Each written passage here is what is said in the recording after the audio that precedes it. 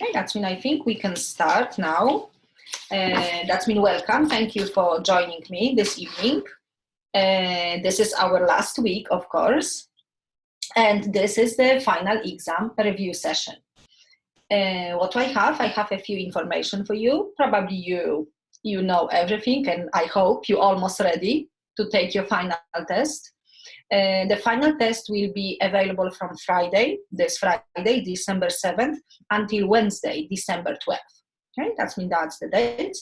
And I hope everyone has an appointment at Examity, because this is the proctor test and must be taken through Examity. And you will have 25 questions and 2 hours, 120 minutes. That means I will go through the key concept, the concept that will cover in the entire semester, because the final test is the cumulative. That means we have to cover the whole material. Okay, that means the test will include almost everything. Mm-hmm. One thing that I will recommend, probably you remember, you can print the review package. I did print, but you can find.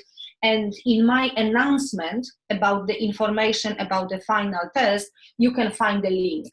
That means this is like the summary of all of the stuff that we covered, the 6 chapters. Okay, that means I will recommend to print this and go through the most important thing. Oh, I think somebody has a microphone on. Oh, I'm sorry. I was, you can mute the microphone. I don't know who is that, but you can try to mute. Then if you would like to ask me a question or answer my question, you can use the chat box. It's much better, but okay, thank you. Okay, that's been one more time the package. I know I'm showing you, but you have the link in the announcement, and you probably use that package for the midterm review. And also I will recommend to rewatch the review session for the midterm test. I think I was running the session, and also the questions and the stuff, the concept are the same thing that we will need for the final. Okay. However, I will go through everything tonight. Okay, I will try. Hopefully, I will not keep you the entire night. Okay, that's me. Let's start. I think I make my short announcements. Okay, I will switch off the camera. I wanted you to see me just at least for a few seconds. That you will know that I'm the real person. You know that I'm the real person, right? I'm not only the lessons and the PDF files. No, we are the real people behind the screen. Okay, that's me. What I have. I have few things. I do have just the content that, from all of the chapters, chapter 1, 2, 3, 4, 5, 6. That's me. Let me come back. Chapter 1 was about a function. Chapter 2 about the derivative. And then chapter 3 about the rules for differentiation, like a shortcut. Chapter 4 was application of the derivatives. And then chapter 5 was the second part of calculus, which is the integration. And chapter 6, some techniques of integration and application.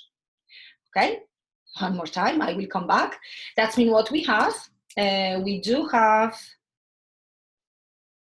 for chapter 1, since this is the calculus class, that means we talk a lot about the rate of change, especially the instantaneous rate of change. That means we would definitely like to ask about the average rate of change and the relative change. Okay, that's because that's the basics, the fundamentals, and then based on that we can build the instantaneous rate of change and so on.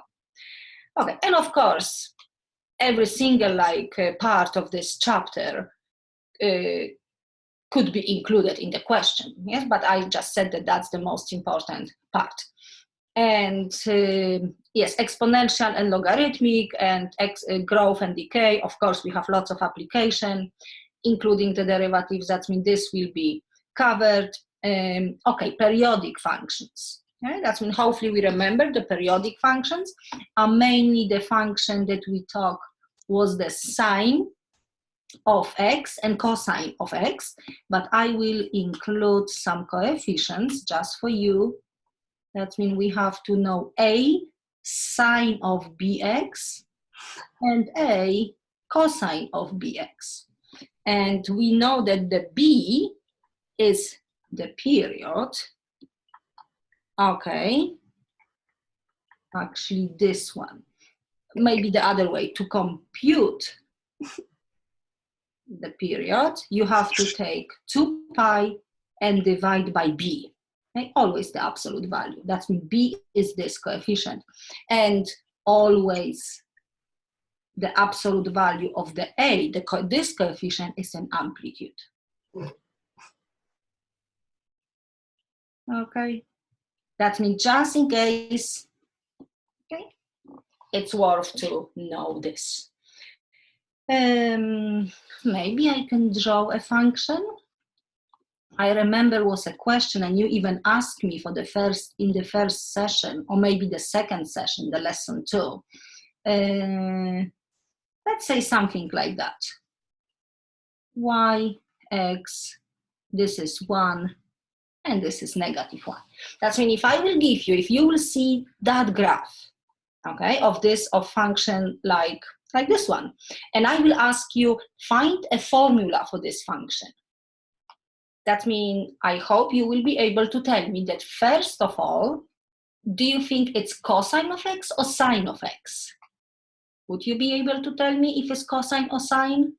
Do you know how to distinguish the difference? If the periodic function goes through 0, 0, we know that this is sine. That means it's definitely a sine of bx. Okay, I don't know. I see 4. That means I can see that the 4, okay, is the period, because every like 4 units, everything will repeat. That means period is 4, and then I know that period can be computed as a 2 pi over b, okay, the absolute value, but I can skip it. Now having this equation, I can solve this equation for b. It will be 2 pi over 4, which actually is pi over 2. And the amplitude, let me actually change that. I can maybe say 2. Okay, that means this quantity is telling me the amplitude. That means this is 2 sine of pi over 2x. Okay, that means I hope based on this information, you will be able to give me that blue box. Okay, the amplitude we can see is 2, function sine because goes from 0, 0, and we got the quantity b, pi over 2x. Okay, that means just the quick recall of the periodic function. Okay, now let's start with the other stuff. And for chapter 3 and 4, I think I will touch everything in my questions, and the same for chapter 5 and 6. Okay, just the periodic function was missing. That's the reason that I gave you the question on the first slide. Okay, that's me now what I have. Actually, let me just explain. What I have for this session. I have lots of slides, lots of questions. I will recall a few theoretical parts. Okay, that means not many, but the most important formulas. That means you will see the formulas, and of course you will see the corresponding questions. Some of the questions I typed the answer for you. That means I will not go through. You can probably check the slides before, or you can pause the video and analyze. But the other questions and the solutions are not typed, I will solve for you. Okay. Let me take my screen closer. That's what we have. Average rate of change, of course, everybody knows how to compute. It's just the changes in y over changes in x. Okay? Or, using different words, is the slope of the secant line between these two corresponding points. Instantaneous rate of change, of course, is the derivative. Or, if we can see the graph, we can think about the tangent line at the given point. That's what we may see. We may see the graph, and we may ask you for the average rate of change between 3 and 5, for example. Or we can also ask for to estimate the instantaneous rate of change. And for the instantaneous rate of change, we just need 1 point. Okay? That means derivative means instantaneous rate of change. If you will see the word average, you will always have 2 points, because average is between 2 points. Okay, that means let's find the average rate of change between 3 and 5. Using this graph. That means this is the corresponding value for 3, this is the corresponding value for 5, and I have to find that slope, which is the changes in x, changes in y, changes in x. Or I can say delta y over delta x, f of b minus f of a, if we like this way, b minus a. And of course, this is a, this is b. F of 5 minus f of 3, 5 minus 3.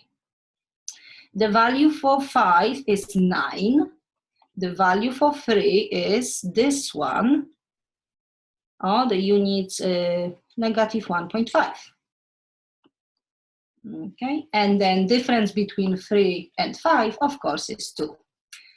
That means we will be adding 10.5 divided by 2. 10 divided by 2, 5. 5 divided by 2, a quarter, 25. Okay, that means slope of this line, because this will be slope of that line. Slope, it's simply the average rate of change, 5.25. Okay, really good. And now B, we have to estimate this. And this is just the slope of the tangent. Slope of tangent line at 3. Instantaneous rate of change. And I can use different color, that's, or blue, maybe not, green. And that's the corresponding, again, corresponding value for 3. And I have to draw a tangent line. Oh, I don't know if it's tangent, but it looks like, oh, too thick. I'm just trying. Okay, that we have to estimate the slope of this line, which the same, I can find changes in y, changes in x. We can see that it's definitely negative. That means, let's say, delta y over delta x, for in this case. And you can help me. This is like 1.5. And this is between 1.5 and 3, we have 4.5 units, right? Everything will be negative because it's going down. And between 2 and 3.5, I have, how many units is 1.5, right? For some reason I was trying to say it's 1.5, of course, yes. Thank you, Charlene. Okay, that means 45 divided by 15 is, oh, excellent, -3. But of course, this is our like approximation, because we can see my drawing it. But that we can definitely see it's negative, like it's not positive, it's not 0, and this is our approximation. One more thing, because I didn't type this, but you should know how to compute relative rate of change. That's me. Let me add here relative rate of change, and let's use the same thing at 3. That means relative rate of change, it's simply derivative over the actual value at 3, at that point. Okay, that means please remember this formula, and we can try. That means this is kind of like we checking, like the percentage change. That's the rate of change over the actual value. Okay, you have to help me. That means this was -3, and the actual value at 3 is -1.5. That means negative over negative is positive. Oh, it's just 2? It's just 2 because 1.5 I can fit 2 times in 3. Okay, that means it's simply 2. Okay, or I can say 200% because we can see it's twice as big as the rate of change is twice as big as the actual value. Okay, that means it grows like 2 times, or percentage wise is like 200%, not 100%, not we double. Okay, that means just, yes, let's summarize: average rate of change, instantaneous rate of change, and relative rate of change. You're not gonna make this mistake. Okay, that's me. Now let's focus on the derivatives. Now my next question is this. You probably remember similar question. We do have the graph of the function, and one of the graph A, B, and C is the derivative, and we have to find out which one. That's when we do have a function f of x, which looks like this, and we have to pick A, B, C, A or B or C as a derivative. That means what we know. We will always start with a horizontal tangent. That means at, I believe, is -1, and at 2, we have horizontal tangent. And what is the slope of horizontal lines? Can you tell me what's the slope? Can somebody type? Of course, 0. Thank you, Adam. 0. That means slope, of course, is the value of the derivative at the corresponding point. That means this is value of the derivative at 2. That we can see at -1 and at 2, the value of these functions, which are derivatives, must be 0. That's not good because this is -2. Oh, this looks like -1, 0, and this looks like 2, and -1 and 2. Okay, that means at least I did eliminate one. B or C satisfies this condition. Okay, and now it's easy. We can see function is decreasing. It's the answer B. Okay, we will see function is decreasing, right? If function is decreasing, first derivative is negative. And the same here, function is decreasing, its derivative is negative. That means actually, we can see derivative negative means that is below x-axis, because this is derivative. Okay, that means actually, this one is not, this one is positive. That means I'm not, because we have to make sure that we understand what is decreasing and negative, right? Yes, Charlotte, okay, good. That means this is decreasing, this means the first derivative is negative. That means this is negative. Below the x-axis is negative, and above the x-axis, of course, is positive. Okay, and this is increasing. First derivative positive. That means this is the final answer. This is not. Okay, that's too much. I can cross the B.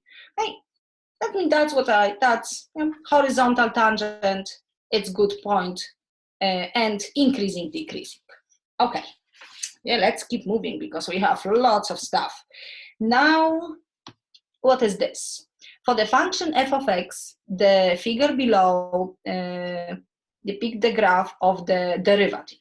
That means this is the graph of the derivative.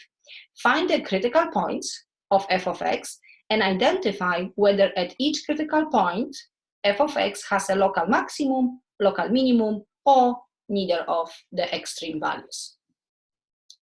Okay, that means this is derivative, and we have to do, the easiest way is to test the sign of the derivative. That's what I will do. I will draw a number line one more time, and what I see the zeros of the derivative. That means first derivative is equals to 0 if x is -4, 0, and 3. That means that's my critical points. Critical numbers, okay? I can even draw them here. -4, 0, and 3.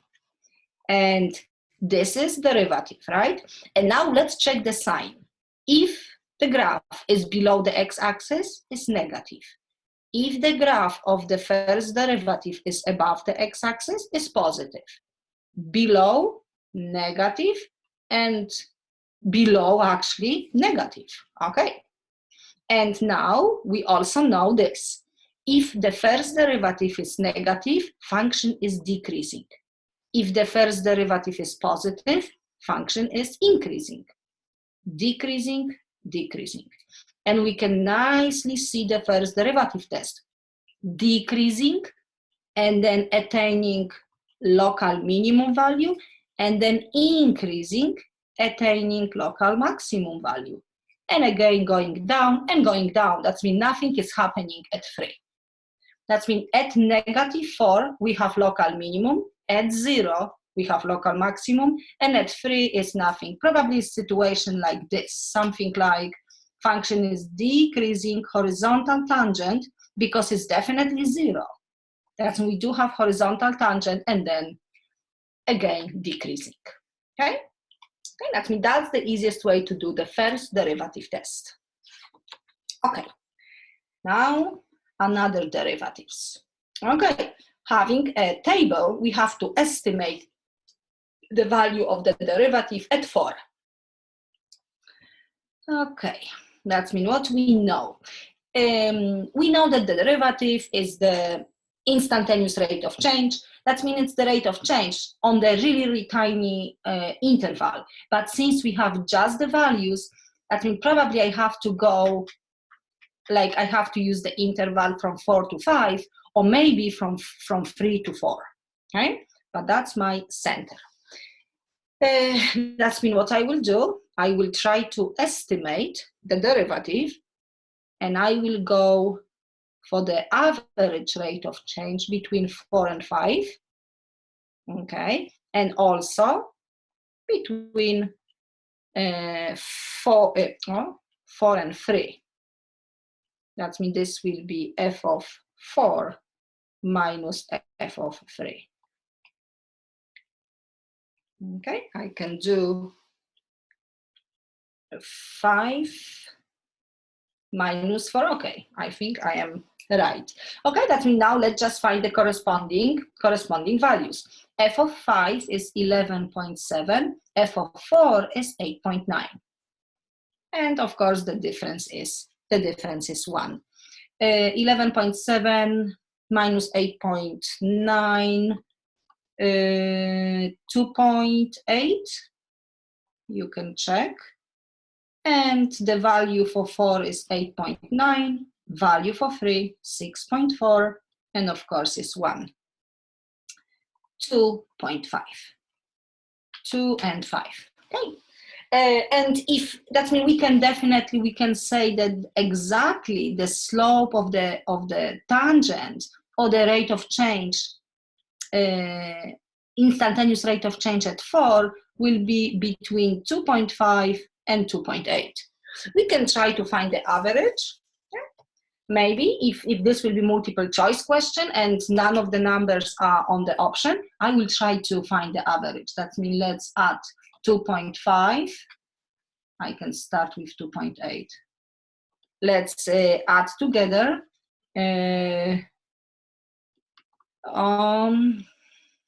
Why I am 5.3. Am I right? And then we can divide by 2. Actually, let's do this way. Looks a little bit better. Okay, that means this will be, yes, 2.65. Thank you for helping me.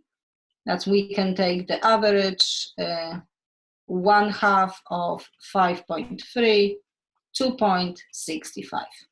Okay. But of course, the key concept is here.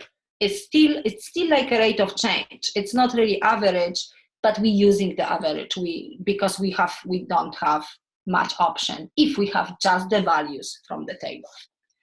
Okay, that's new. We have to be confident with the derivatives, of course. Now what we have? Another interpretation of the derivative. Suppose that h of t is equal to 26 plus 34e to the power of negative half t.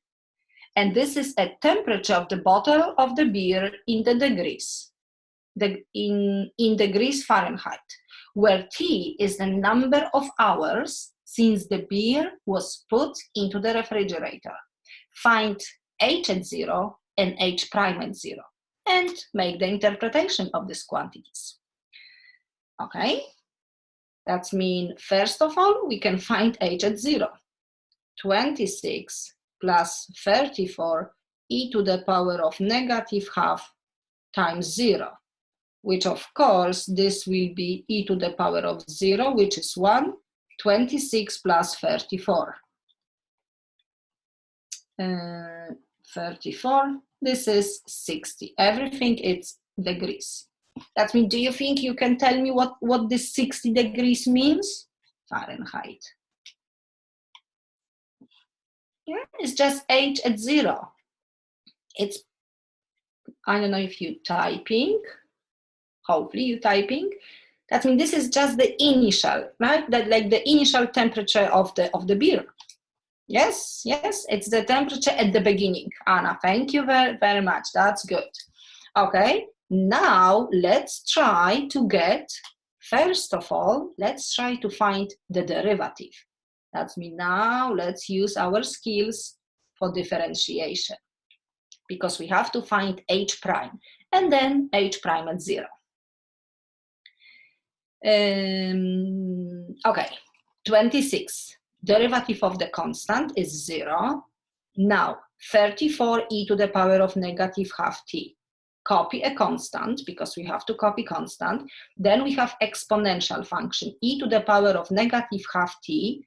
Derivative is e to the negative half t, the same thing, times that coefficient, negative half. Okay? That means negative half times 34 is negative 17 e to the negative half t. And I can try now to put 0, negative 17 half times 0, which is similar thing. E to the power of 0 is 1. It's negative 17, and now it's Fahrenheit per 1 hour, per hour. Yeah, because it's a rate of change, h prime. Okay, that means what I gave you the units, but can you tell me what this means? Negative 17 Fahrenheit per hour. And why is negative? Do you think makes sense? Because sometimes maybe we can make the arithmetic mistakes. Oh, yeah, you typing. Let me read. Cooling at 17 degrees per hour. Really good. The temperature drop. Yes. Thank you, Ryan. Thank you, Adam. That's actually good. It's the cooling down rate, I can say. Yes, really good. That means it's every hour the beer will be 17 degrees less. That means after 1 hour, can you tell me after 1 hour, what will be the temperature of the beer?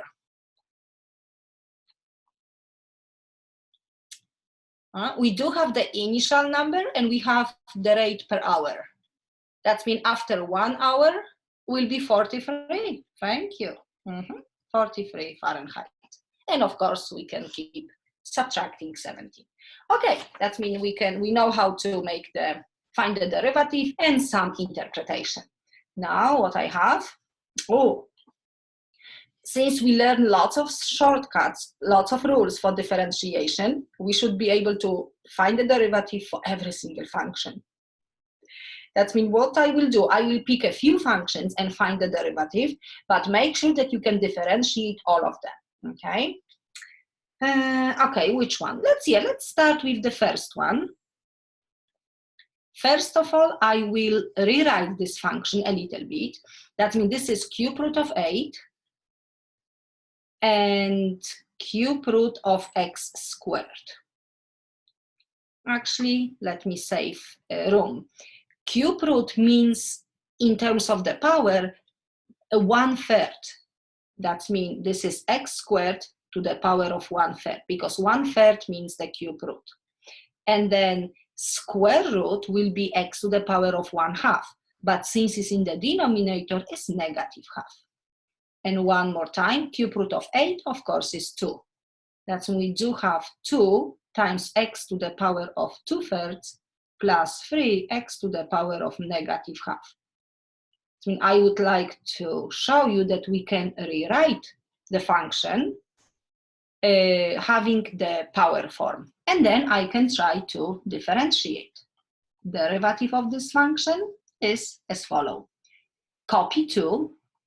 Derivative of x to the power of 2/3 will be 2/3 x to the power of -1/3, because we're subtracting 1. Let me actually write here 2/3 x to the -1/3, and then plus 3. And now x to the -1/2, it will be -1/2 x to the -3/2. Okay? I'm subtracting 1 from the exponent. We remember the power rule. X to the power of n is n, x to the power of n minus 1. That's the derivative. Okay, and we can simplify a little bit. 4/3, and x to the power of 1/3 is cube root of x in the denominator. Negative and positive is negative, actually 3/2. And x to the power of -3/2 is square root of x cubed in the denominator, because it's also negative. Okay, that's the final answer. Okay, now maybe this function, the second one. Second function, we have to be careful. I see product. X cubed over pi times sine of x. That means I will use the product rule. Okay, I will try to use that screen as much as I can. Okay, that means having function f times g, derivative is f prime g plus f g prime. Okay, we do remember product, and let's use it. Derivative of this function. Derivative of x cubed over pi is simply 3x squared over pi, because pi is just the constant. I did differentiate x cubed only, 3x squared, times the second function, plus the first function, x cubed over pi, and times derivative of sine of x is cosine of x. Okay, and let's just leave it like that. The same here, product rule. Derivative of e to the x is just e to the x times the second function. And then e to the x, derivative of ln of x is 1 over x. And we can also leave it like that. Okay, now, no more product. I mean, this is the last one, but I can leave it for you. This one will be a quotient rule. Do you remember the quotient rule? F divided by g, derivative. F prime g minus f g prime over g squared. That's the quotient rule. And let's try to differentiate. Hopefully I can. E to the x and ln of x, that means the same thing, but just different function. Derivative of e to the x is just e to the x times ln of x, minus e to the x, derivative of ln of x is 1 over x. Actually, it's really similar, yes, you can see. For the product was addition, for the quotient is subtraction. And I also have to keep my denominator squared. Okay. Oh, and then we have the chain rule. Oh, okay, let's solve this one. Chain rule, we remember, we have to identify the outer function and the inner function, okay? That means cosine is the outer function. And then derivative, it will be like that. Cosine, derivative of cosine is negative sine of the same input, the same angle, square root of x, and times derivative of the square root of x. And derivative of the square root of x is 1 over 2 root x. And I can just rewrite, oh, no, I can just rewrite negative sine of the square root of x over 2 square root of x. Of course, we can't simplify the square root of x because we never allowed to touch the angle. That's different than just the algebraic function. Okay, but make sure that you know the chain rule. Okay, let's do number 6. But what I have to do, I have to add slide. I didn't. Let me quickly add 1, 2. Okay, I hope I can come back. Okay, that means cosine. Let's see number 6. Cosine to the power of 4x. I can rewrite because trigonometrics are always, yeah, that's the same thing. Okay, I have my quantity to the power of 4. Derivative is 4 quantity to the power of 3 times derivative of this quantity. And that's my quantity, cosine of x, cosine of x. Okay, 4 cosine cube of x, I can change the notation. And do you remember, maybe I can ask you, what's the derivative of cosine of x? Derivative of cosine of x? Oh, negative sine of x. Yes, thank you, thank you. Thank you, Anna. Annalasia, oh, I think I'm pronouncing your name, I'm making a shortcut. Okay, let me just put negative 4 sine of x, cosine cube of x. Okay, that's this. Okay, Anna is fine. Okay, thank you for confirming. Okay, another one is e to the power of sine of x plus x cubed. Okay, that's it. We did exponential function today. This means derivative for the natural exponential function is the same function, okay, times derivative of that exponent. Derivative of sine of x plus x cubed prime derivative. Let me copy sine of x plus x cubed, and derivative of sine of x is cosine of x, derivative of x cubed, it's 3x squared. Okay, really good. And then number 8, it was square root of 10 minus 3x. Okay, that means derivative of the square root. I know that I'm using this quite fast, but I hope you will remember derivative of the square root of x is 1 over 2 square root of x. If you don't remember, you can still go through the power form. X to the power of 1/2. 1/2, x to the power of 1/2 minus 1, negative half. I can keep 2 in the denominator, and x to the power of negative half, of course, is the square root in the denominator. That we can see is the same thing. Okay, let's come back to our function. Square root. Derivative of the square root, because that's outer function, it's 1 over 2 identical square roots times derivative of the inner function, which is just negative 3. Okay, that's done. Negative 3 to 10 minus 3x. Remember about this, that's my chain. Okay, and then we have number 9. Oh, but number 9 is easy. It's x ln of x minus x. Let's see. Derivative for this one, we have product. Derivative of x is 1 times ln of x plus x, and derivative of ln of x is 1 over x. Derivative of x is just 1. That means we have natural log of x plus 1, because I can cancel x's. Okay, and minus 1. Oh, excellent. Ln of x. That means derivative is just ln of x. Actually, interesting. What do you think if I will ask you, I know that this is a little bit later in this presentation, in this review, what will be the integral of ln of x? If I take this answer, if I will now integrate.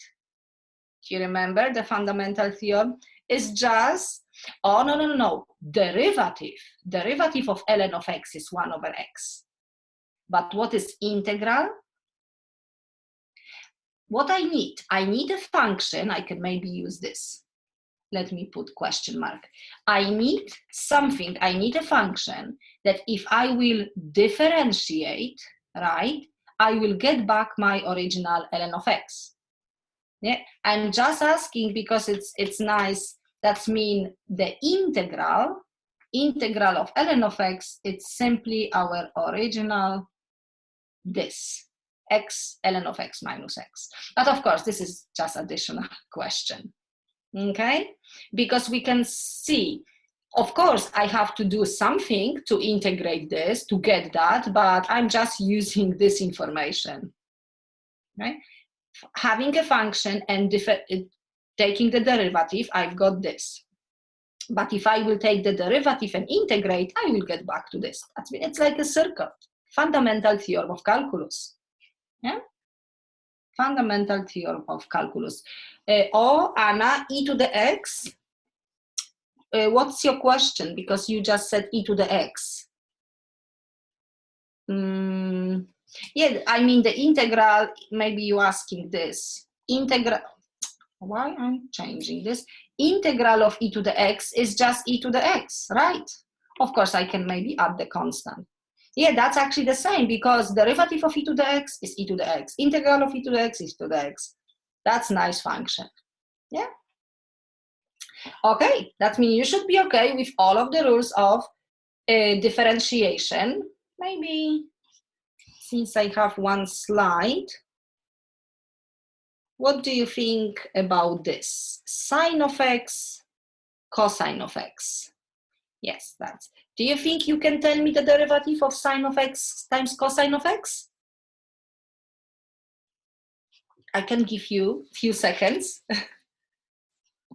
just to check if you. What do you think? If you will see this question, what answer you will pick? I mean, I don't provide the options A, B, C, D now. But what do you think? We know what's the derivative. We have to be careful. I know what you did. You did, Adam, you did differentiate sine and you did differentiate cosine. However, what we have, we do have a product rule. That means I have to differentiate sine, copy the second function. Okay, yes, and then differentiate cosine. Please, why changing?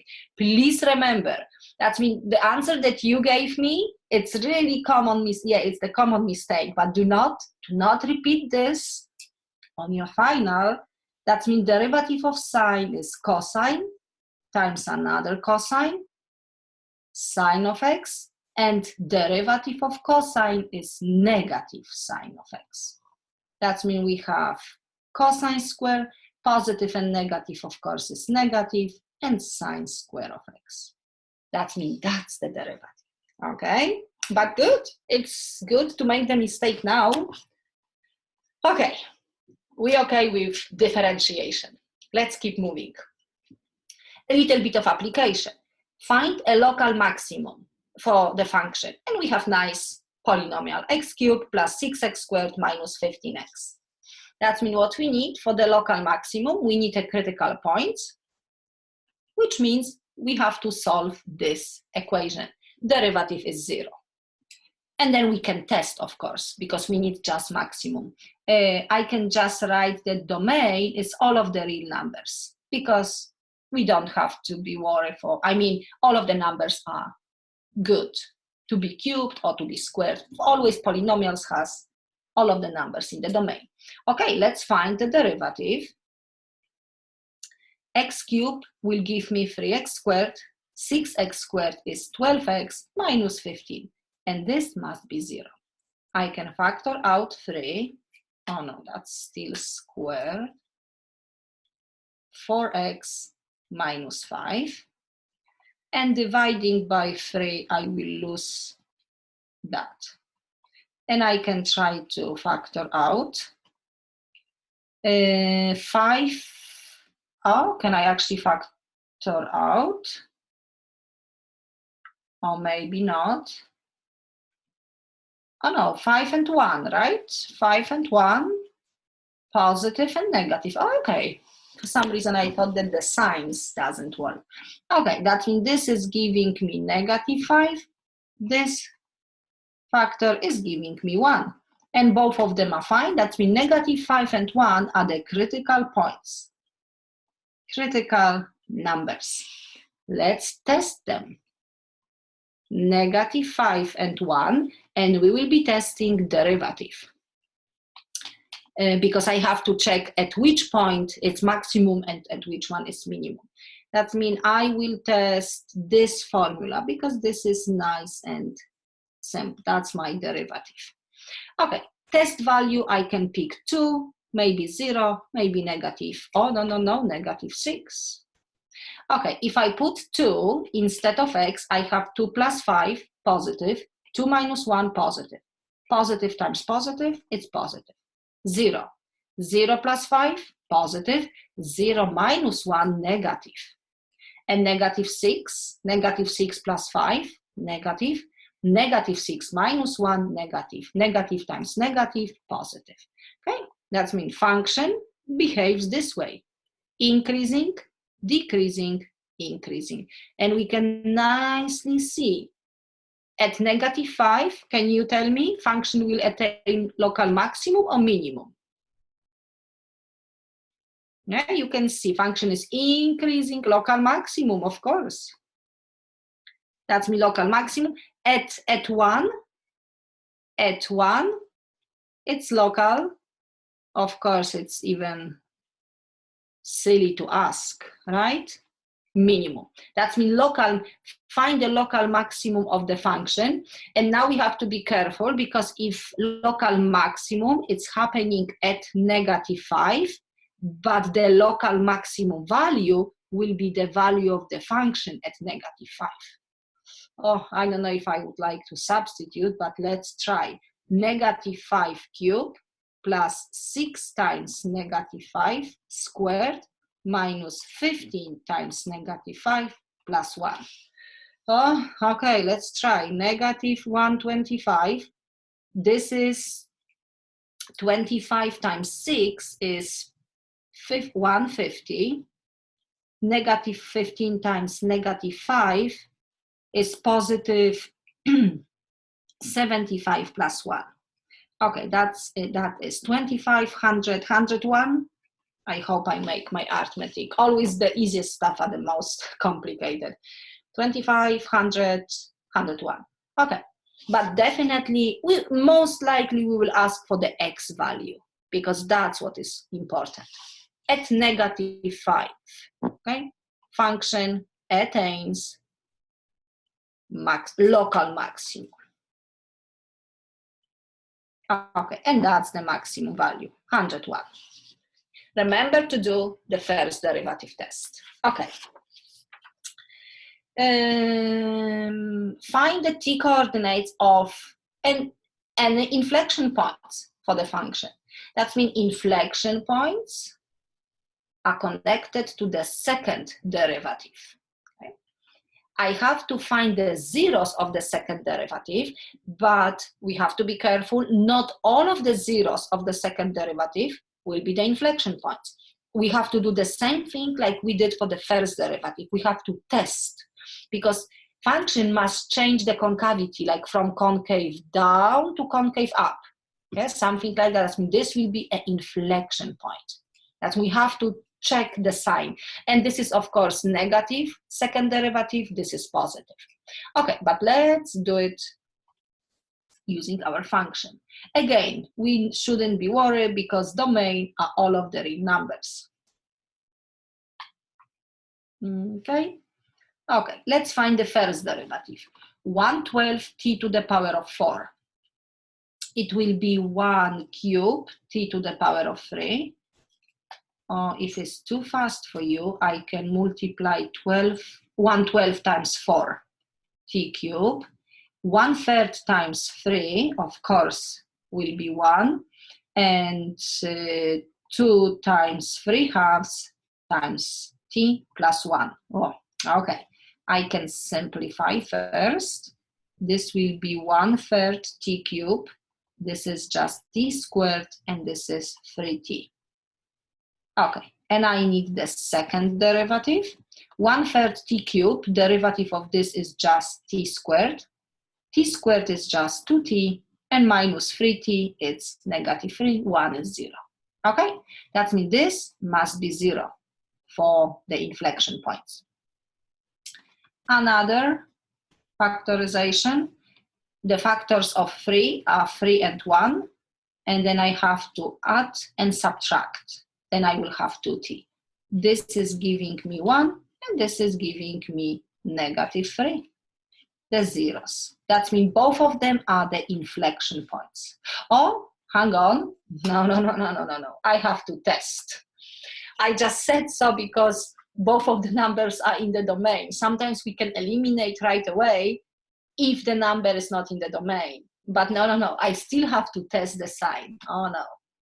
That will be too easy. That's actually t. I have -3 and 1, and I will be testing a second derivative, which is maybe this. Looks good, that form. Okay, my test value will be 2, 0, -4. When I substitute 2, 2 minus 1, 2 plus 3, positive, positive. 0 minus 1 is negative. 0 plus 3 is positive. -4 minus 1, negative. -4 plus 3, negative. Negative times negative, positive. And then function is concave up, concave down, concave up. That means we can definitely see concavity is changing. The second derivative changed the sign. This will be the inflection point. I mean, at -3, at 1 is the inflection point. Okay, that means I was actually right. But please remember always, because remember, these signs are not alternating always. No. We may have like negative, negative, positive, positive next to each other. Okay, but you good with the inflection points. I will skip this. Okay, I will not skip this one. The other one was almost the same. Oh, no. We see the... But let's still do it. Find the point where the following curve is the steepest. Y equals to 50 over 1 plus 6 times e to the -2t. Okay? And we can definitely recognize that this is the logistic curve, logistic growth curve. Actually, I can uncover this. Okay? That's when we can see, I did type for you. Logistic growth curve, and we know that the fastest rate of growth occurs when y it's half the carrying capacity, okay, which means the carrying capacity is always that number, right? That means if y it's half of 50, then we will have the point where the curve is the steepest, the fastest growth. I think, please, that's the concept. That's the concept of like that's the understanding of the logistic growth curve. Okay, that's what we want to find t when y is 25. And I think I did this. That means let's make sure that we can solve exponential equation. Don't worry for 0.9, but it would be great if you will get 1/2 ln of 6. Because we're not able to use the calculators on the final, that means probably this will be the final answer. Okay, let's try. First of all, I will divide by 25 both sides. That means dividing by 25, I have 1 here and 2 here. We can say it's double, right? 2 and 1.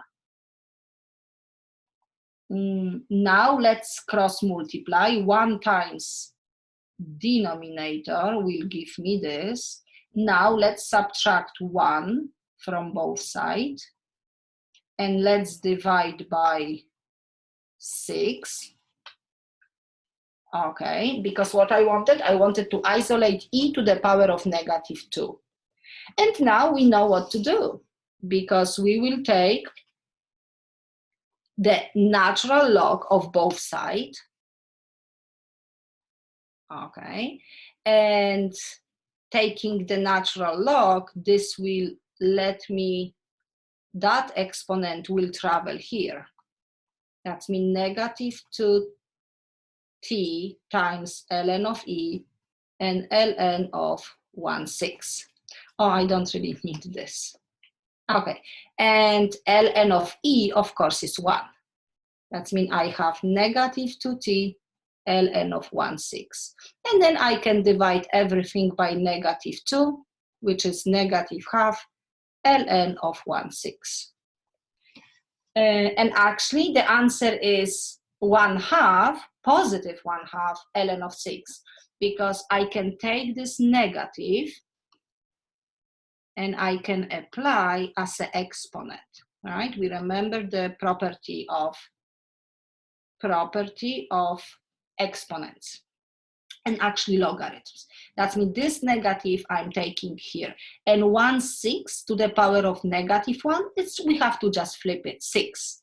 That means this will give me that answer, 1/2 ln of 6. Right? That means please make sure that you know how to solve the exponential equation.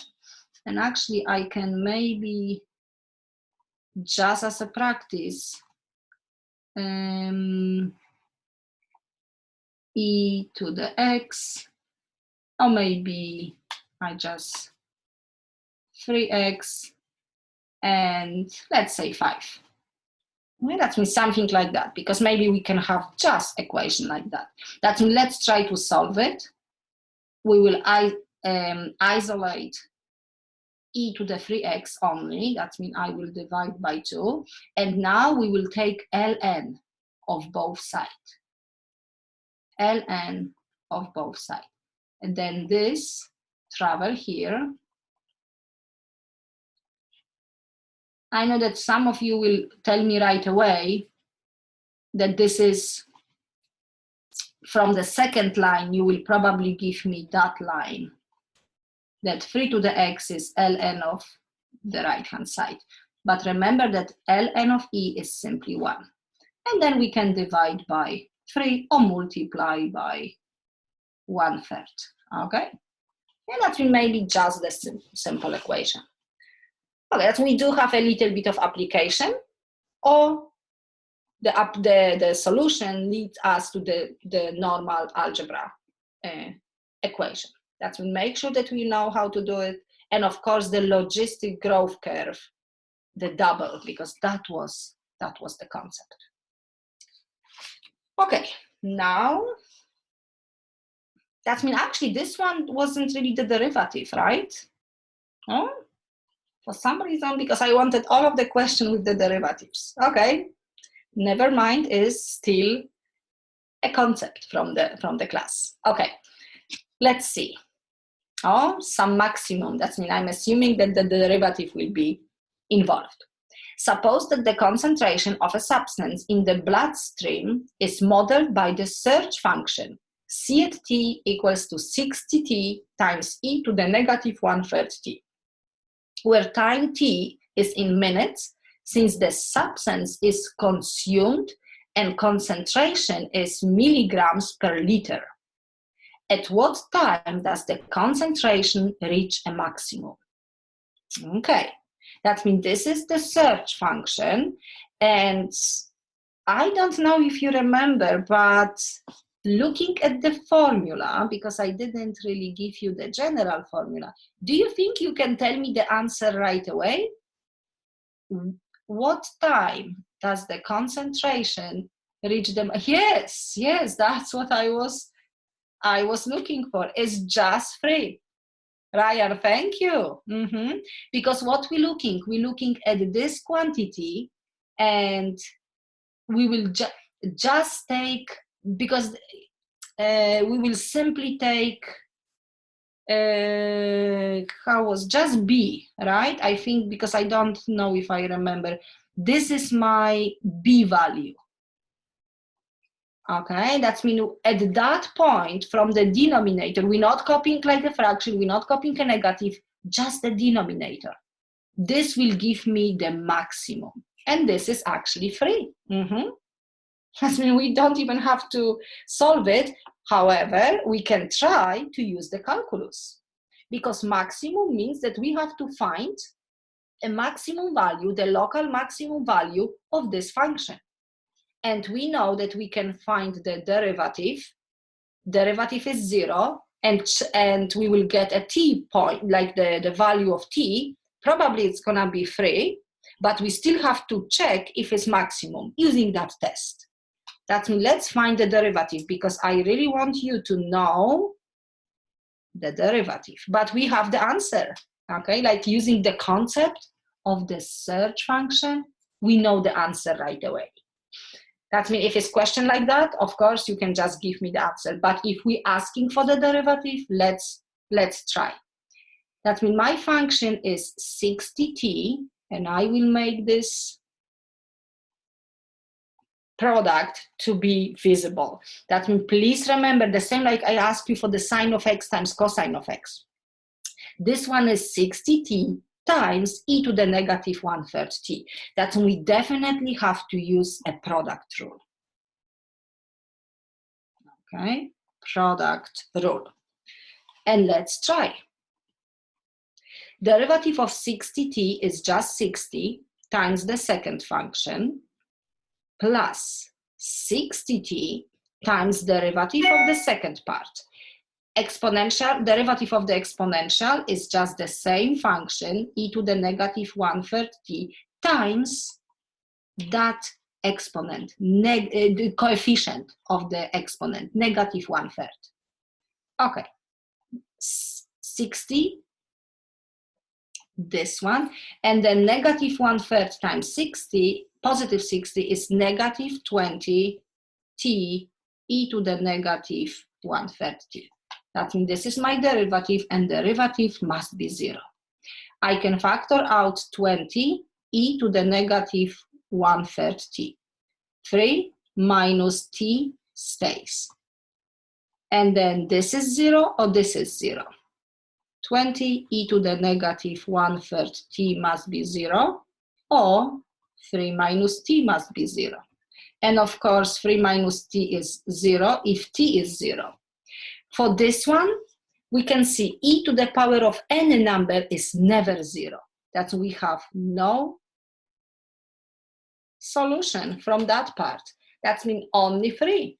Yeah, you can see that's the critical point. And we can try to test this point. We have to test the derivative, and the good formula is this one, because that's the simplest one. And I can pick even 0 or 4. If I will put 4, I will have 3 minus 4, a negative number, and e to the power of any number is always positive. That means this is negative, and 0 will give me positive. 3 minus 0 is positive, e to the 0 is actually 1, that means it's 20 positive. Okay, that means the concentration function is increasing and then decreasing. It's definitely maximum. But we can see, we knew the answer right away. Actually, Ryan told us. Okay, but make sure that you know the derivative. Okay, that's important. Of course, we should know how to simplify, but that's the derivative, and do not forget the product rule.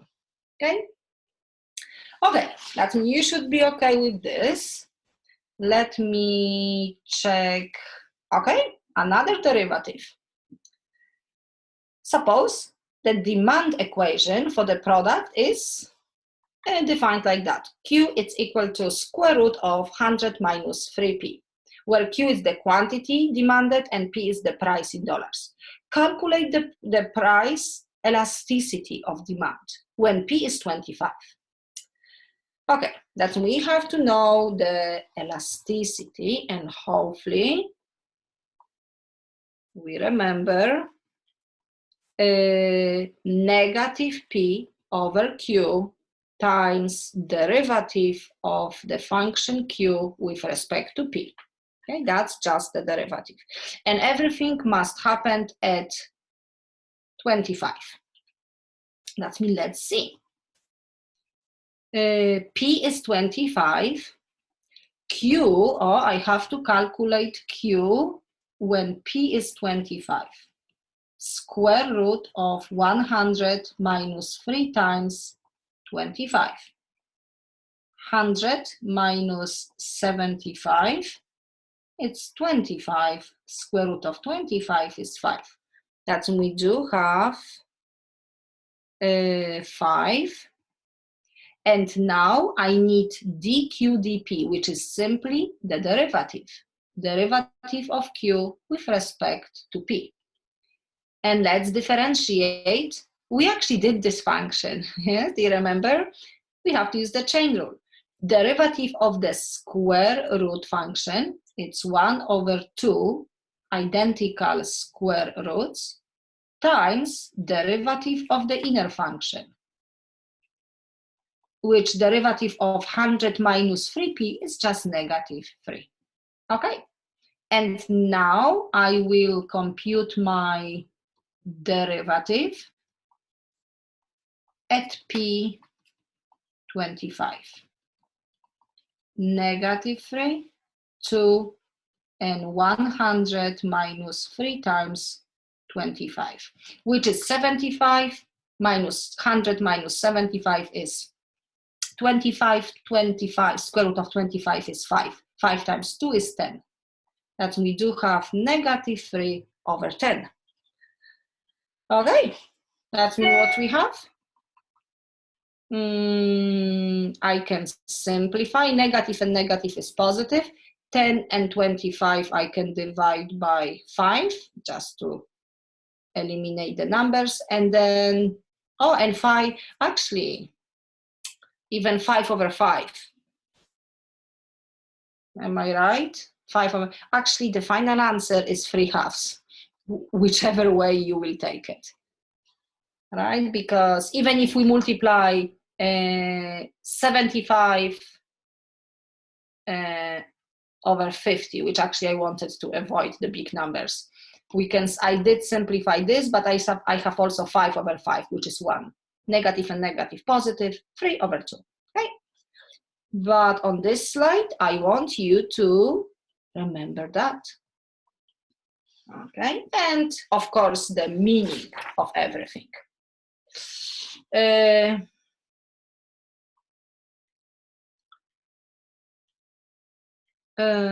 Oh, Adam is asking a question. Will you write U at the top to remind us that we use the chain rule?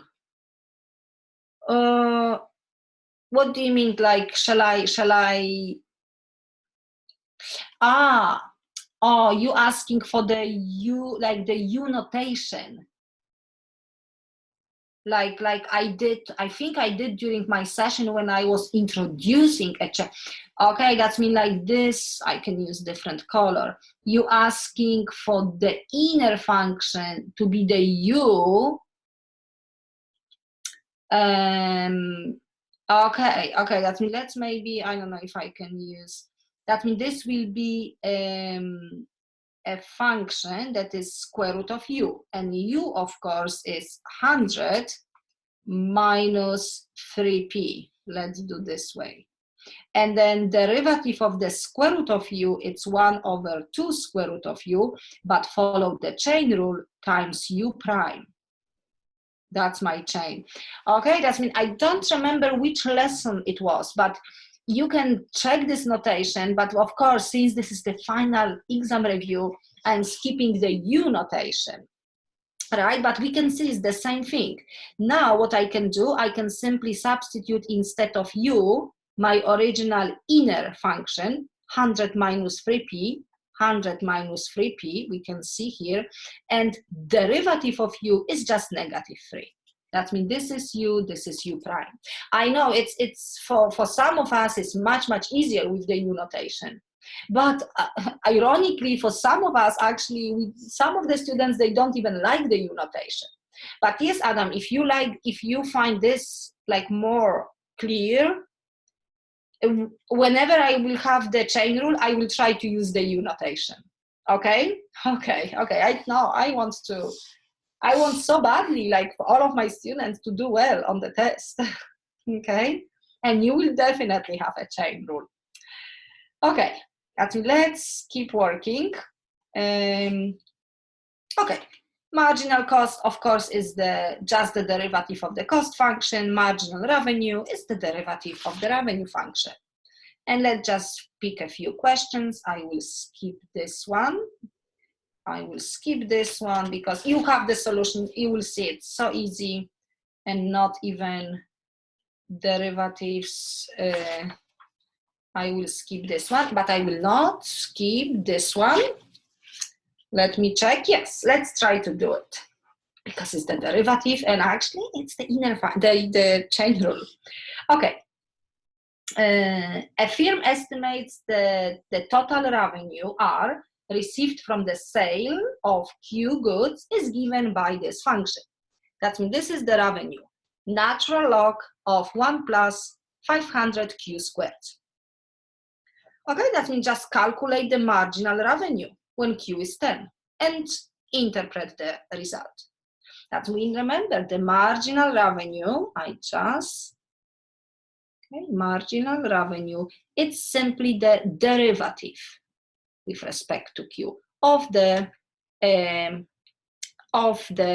revenue function. That we have to find, or if we like, I can say dr dq, if we like this notation, but that's the same thing. Okay, let me actually do on the side, and we can just put, we do have a function ln of u, okay? And u is 1 plus 500 q squared. Now let's just differentiate. Derivative of ln of u, it's simply 1 over u, follow the chain rule, times u prime. Okay, that's my chain. So now let's substitute back. U was the quantity 1 plus 500 q squared. And now derivative. Do you think, who can tell me the derivative of this? 1 plus 500 q squared. Do you think you can tell me the derivative? Derivative of 1 is 0. It's just 1,000 q, because 2 times 500. Really good. Thank you, Anna.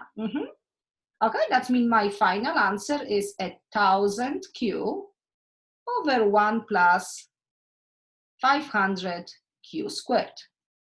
Okay, we did the derivative and we did use the u. That means this will be 1,000 q over 1 plus 500 q squared.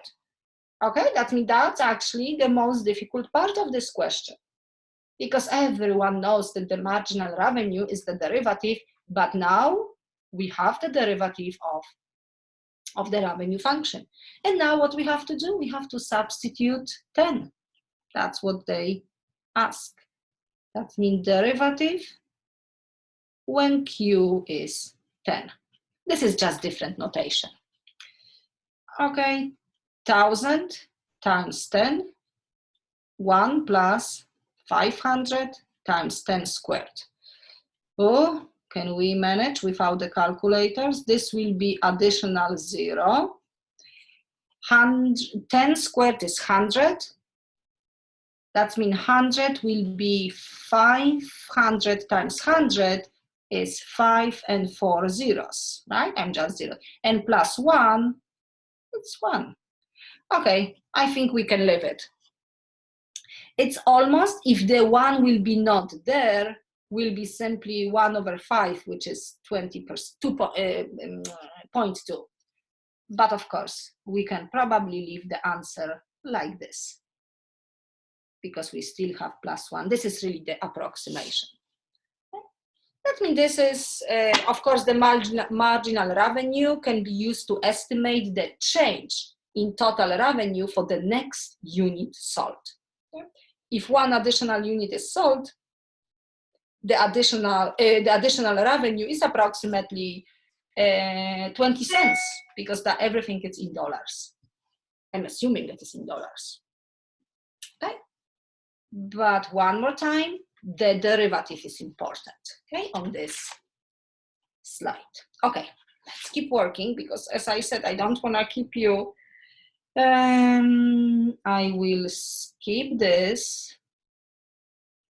I want to solve this one, because you can see maximize.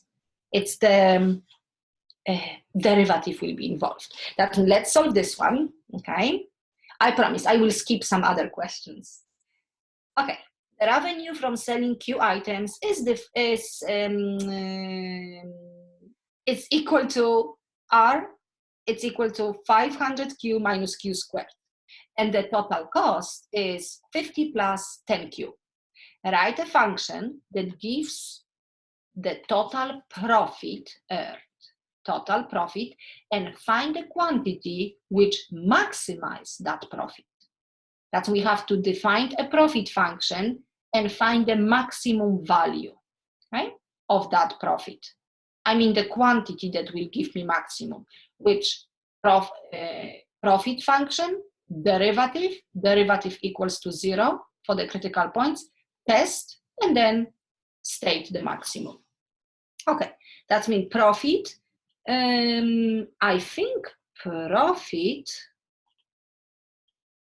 I'm not sure, but pi, I think that was like the notation in your textbook, right? That means profit with respect to, of course, the Q items, it's the revenue minus the cost.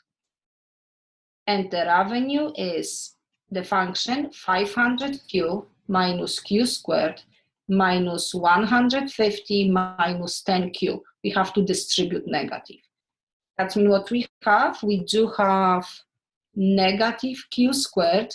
500 minus 10 is 490Q and minus 150. Okay, that means this is profit function, pi. That's the profit. And now, in order to maximize, we have to find the derivative. Negative 2Q plus 490. And derivative is 0 if negative 2Q is equal to negative 490. And let's divide by negative 2. Negative by negative is positive. 490 divided by 2 is 245. Okay, that means that's my critical point. I have to test this point, 245, and testing the derivative, which this is the good form. Let's take maybe 0, and let's take, I can take big number. I mean, let's say 500. If I put 500, negative 2 times 500 plus this will be negative. If I put 0, it's positive. That means the profit function behaves like that, increasing, decreasing. This is definitely maximum.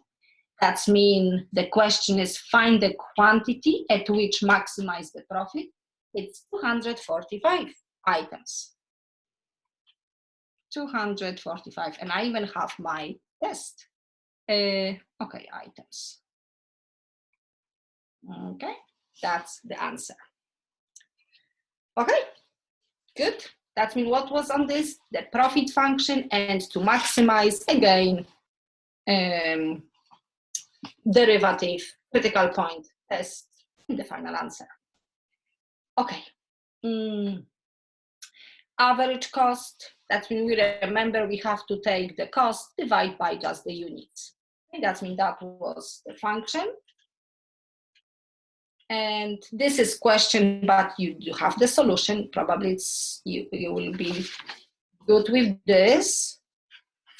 Oh, that's also easy, but let's maybe solve this one since the solution is not there. A company has a cost function, C at Q, 0.01 Q cubed minus 0.5 Q squared, 20 Q plus 1,000 in dollars. And Q is a number of items produced. If 100 items are produced, find the average cost per case. And the only thing that we have to know for this, the average cost, it's simply the cost divided by the quantity. And that means I can just simply copy a function. Cube 5Q squared 20Q plus 1,000. This one, I don't know if we can manage without the calculator, and divide by Q. And what I have to do, I simply have to substitute 100.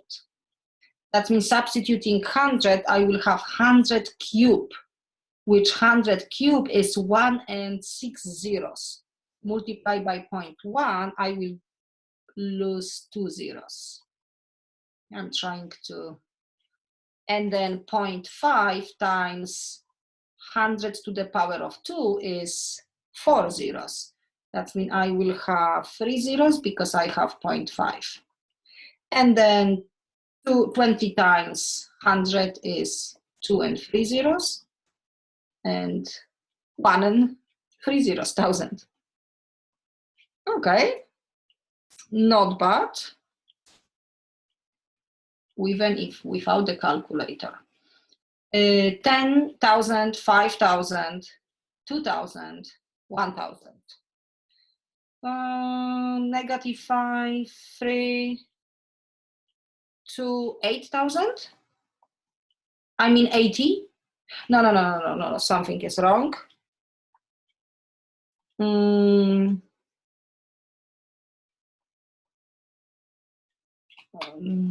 You can, why I don't know how to, okay, 8,000, right?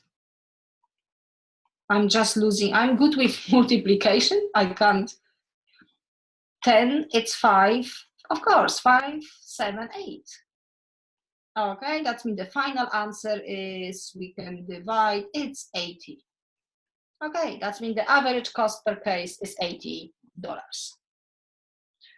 Okay, I hope but of course, the key concept is this. Hopefully we will have a little bit better numbers. Okay, let's see my next question. Oh, the solution is there, but let's see what is asking. If the cost in dollars to produce Q units of the product is given by this function, what quantity will minimize the average cost? Okay, that's it. Let's see what I did. I took again the average cost function, which you have to take the cost function divided by Q. That's what I did in the previous question. Cost function divided by Q. And we're lucky because we have Q, Q, and Q. That's we can factor out one of the Q and simplify with this one.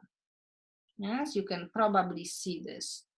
2Q squared minus 60Q plus 8,000. Oh my. And then I did cancel out. That means you can see I only have that. That means this is my average cost function. And since the question asks what quantity will minimize, again, the derivative is involved because we have to find a critical number, and derivative is 0 if Q is 15. If because that's the derivative. 4q minus 60 is 0 if q is 15. And I didn't really do the test, but that's the only critical number. That means I'm sure the test will be good. Testing the derivative, we will test this formula.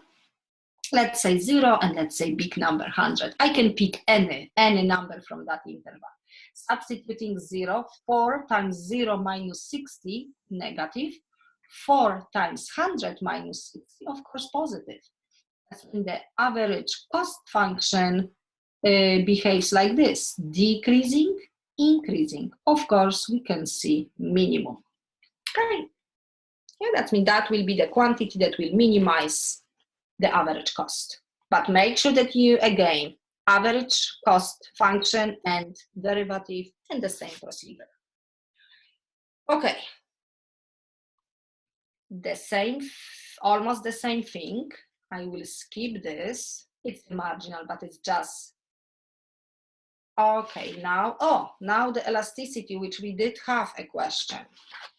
That means you can pause the video, you can look at these formulas, but we know I was just giving you this. Oh, this, that's the same thing. Okay, I will not explain because everything is here. Let me,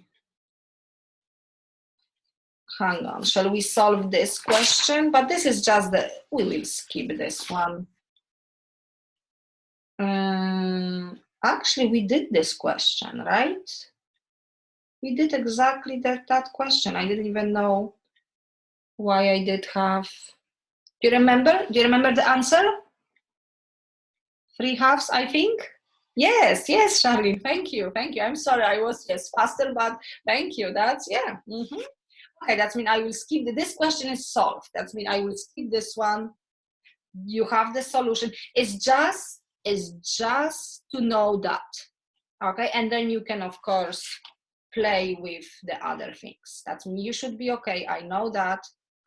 Okay, now we do have a logistic function.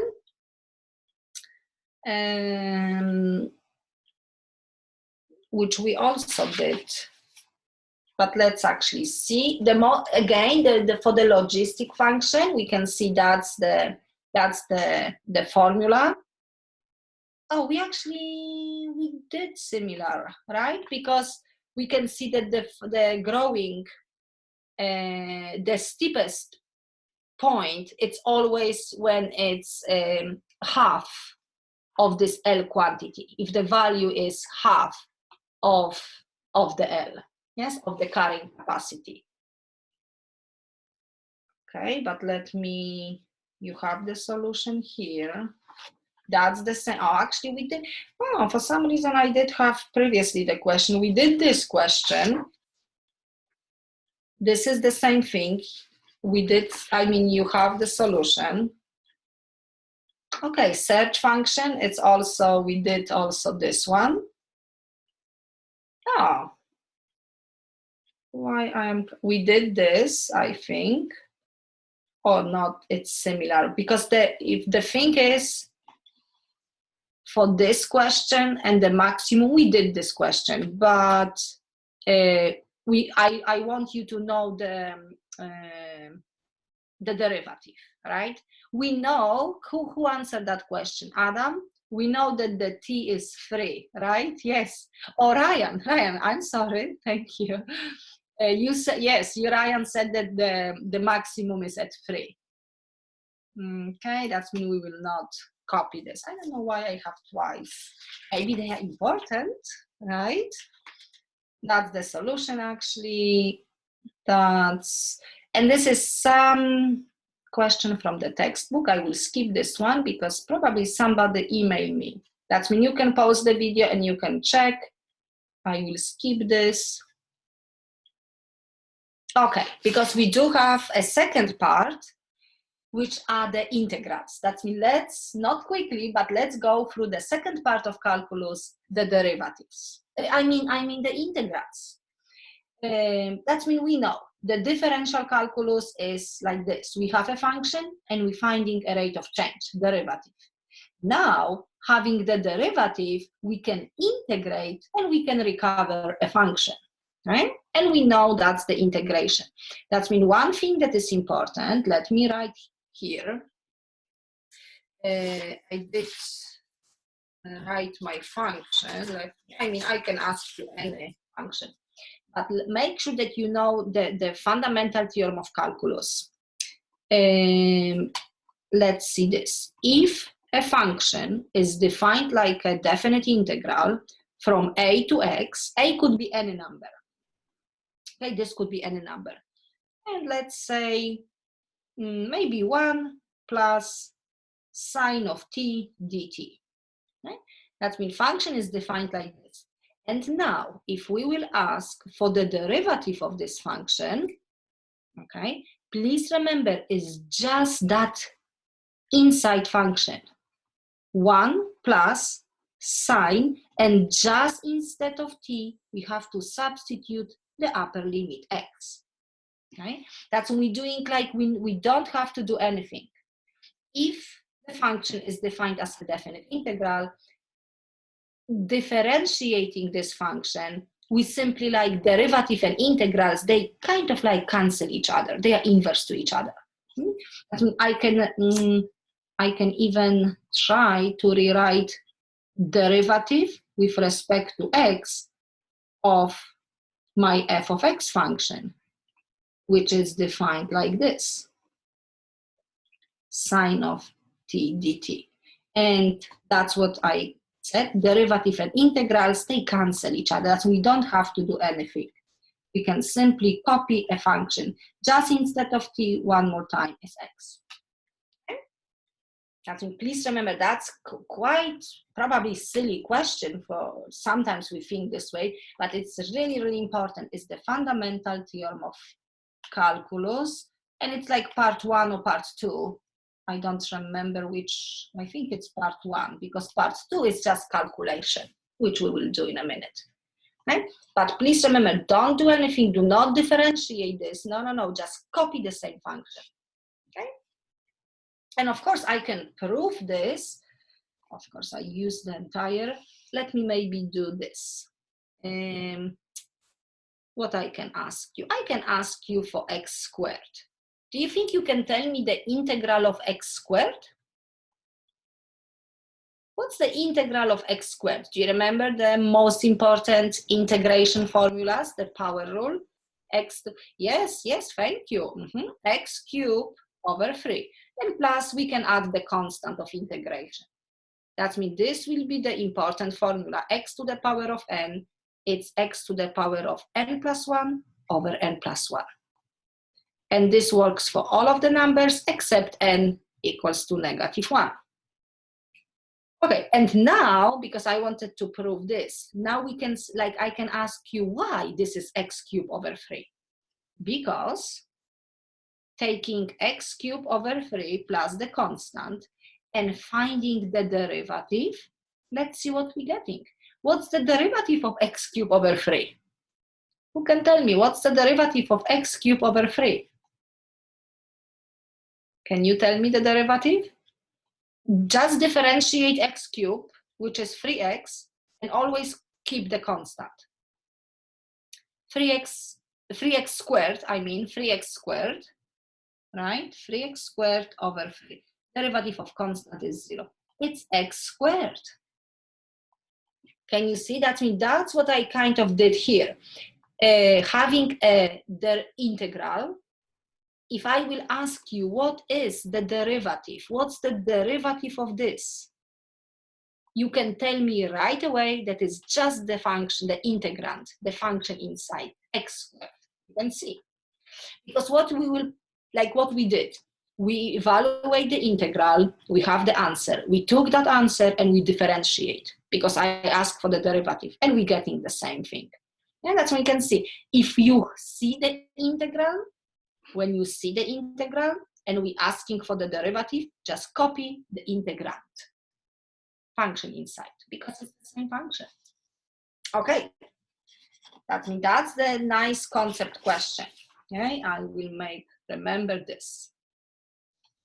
Okay, and now the definite integral, the net change, the area under the curve, right? Let's see this question. Just a few questions for the integration and we will be done. Okay, I promise. I know it's long session. I will definitely recommend lesson 11 and 12. Okay, will be okay. Thank you, Adam, because I'm just worried that I'm keeping you long, but it's the last session and I really want you to. And of course, you probably know my message. I'm so, what's the good descriptive word? Monotonous. I'm always repeating this. Do not miss any question from the session, okay? And you will be good at your final. Okay, let's look at this. Figure shows the velocity v of the object, meters per second. Estimate the total distance of the objects traveled between 0 and 6. That means when the rate of change is given and we have to recover an original function, the distance function, it's simply an integration. Okay? That we have to find the integral of this, okay, of the velocity with the dt from 0 to 6. But the integral is simply the area under the curve and above the x-axis. That means in this case, actually, I will not need this. I will just, you remember me for the previous lesson, I was just counting the squares. That means let's count them. 1, 2, 3, 4, 5, maybe 6, and this one. 7 with this one, 8, 9, 10, 11, 11, let's say 12, 13, 14, and this one. And this one is not, but I can say 15, between 14 and 15. Okay, that means the whole area will be, let's say 15 times 1 times 10, because each square is 1 by 10. Okay, it's 150. Between, yeah, you can probably read, it's like between 140, 150, because I count which one, this one as a whole square. But the point is to know that is the area under the curve. Okay, that's integration.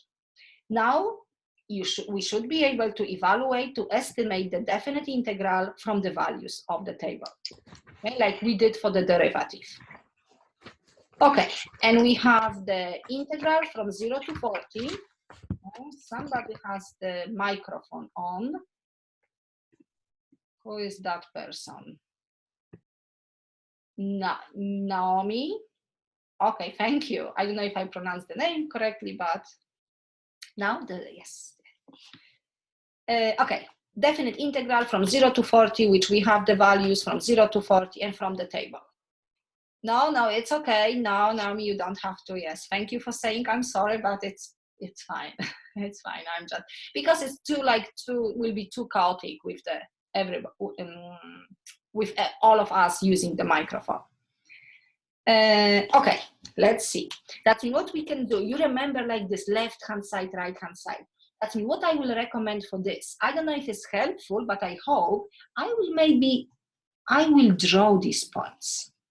That we have x and we have f of x. And for 0, we have 350. For 10, we have 410. For 20, actually it's increasing, 435. My scale is probably weird, but labels are always correct. For 30, we have 450, somewhere here. And for 40, we have 400, oh, okay, 60. Okay. That we remember, we need this like stripes. Now we will create a rectangles. And we have two options. We can pick the left-hand side. That's me looking at the first subinterval.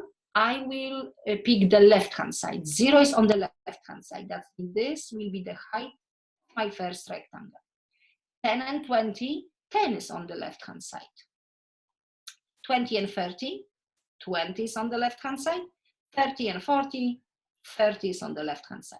That means adding the areas of these rectangles will give me the estimation, the area, the integral, the definite integral. That means I can say that the left, I can call a sum. Actually, I can use the blue, right? Just to be left sum will be the base of the rectangle is 10 times 300, the height 350, plus 10 times 410. 10 times 435 and 10 times 450. Okay, that means everything is times 10. I can tell you, I did the math for you, and this will be 1600, 450. I know that you can do it. You can just add these numbers and put the extra 0 for 10. Okay, but we know where the numbers come from. It's the base times height, and so on. Now, let's use the right-hand side. The right-hand side sum. 0 and 10, the first subinterval, I can see that 10 is on the right-hand side. That means this will be my rectangle. 10 and 20, 20. It's on the right-hand side, the green rectangle. 30 is on the right-hand side for the third subinterval, and 40 is this. So we do have 10 times the value for 10, which is 410. 10 times 435, 10 times 450, and 10 times 460. And I did the math, it's 17,550. Okay. And what we can do, the definite integral, we can just take the average of this, because that's the only numbers that we have. That we can add the left-hand side sum plus, that's 7, the right-hand side sum, and divide by 2, the same like we did for the derivative. And this will be 17,000. Okay.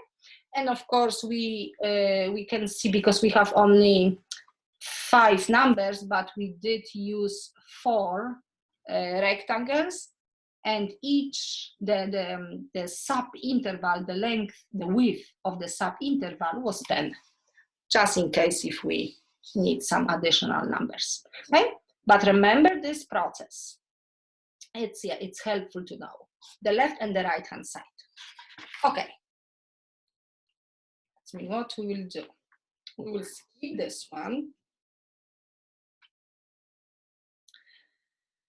Yeah, the average value, we can skip this one. You have the solution. Oh, but we will compute these values, okay, because that's important. Okay, we do have some solution. This shouldn't be here. Okay, but let's get these numbers. That means we shouldn't really see this. We will, but I want you to be confident and to know these values. That's what we will do. Use the graph below. Using the graph below, sketch the graph of an antiderivative of g of t. My reading it's not good.